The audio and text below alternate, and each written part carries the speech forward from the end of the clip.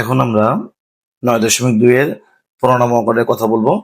তো 15 বলতেছে দেখাও যে sin 3a is equal two cos 3a যদি a ইজ ইকুয়াল টু কত হয় 15 ডিগ্রি হয়। তাহলে প্রথম কাজ হচ্ছে আমাকে দেওয়া আছে যেটা লিখতে হবে। তাহলে দেখাইতে বলছে লেফট হ্যান্ড সাইড, দেখাইতে বলছে এটা কি রাইট আছে 15 কে দেখাবো। তাহলে দেওয়া আছে আগে জিনিস লিখতে হবে।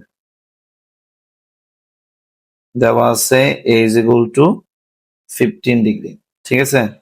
তাহলে left hand side is equal to কত sin 3a। আমরা জানি sine cos tan cot sec cosec এগুলো হচ্ছে যে কি অনুপাত, ত্রিকোণমিতিক অনুপাত, কিন্তু এর সাথে যা থাকে সেটা হচ্ছে কোণ। তো এটা হচ্ছে কোণ না, তাহলে অনুপাত আলাদা লিখলাম, কোণ দুটা গুণে আছে লিখে দিই, ঠিক আছে। এর মান কত 15, এর মান কত 15, ঠিক আছে। তাহলে সাইন কত আসতেছে সাইন 45। আর আমরা যারা 190 চার মুখস্থ করি তারা জানি সাইন 45 এর মান কত 1/√2, ঠিক আছে। এটা গেল লেফট হ্যান্ড সাইড।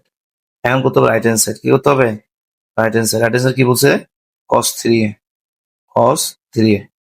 তাহলে cos লিখলাম, তাহলে sin cos tan cot sec cosec এই ছয়টা হচ্ছে কোনো অনুপাত, এর সাথে যা থাকবে সেটা হচ্ছে কোণ, এটা হচ্ছে কোণ। 3 এর সাথে 15 গুণ করলে কত আসবে cos 45 ডিগ্রি। আর এটাও জানি cos 45 ডিগ্রি মান কত 1/√2। লেফট সাইড আছে কি বলছে মিলে গেছে, সুতরাং left hand side is equal two right hand side, ঠিক আছে। দেখাইতে বলছে শুড,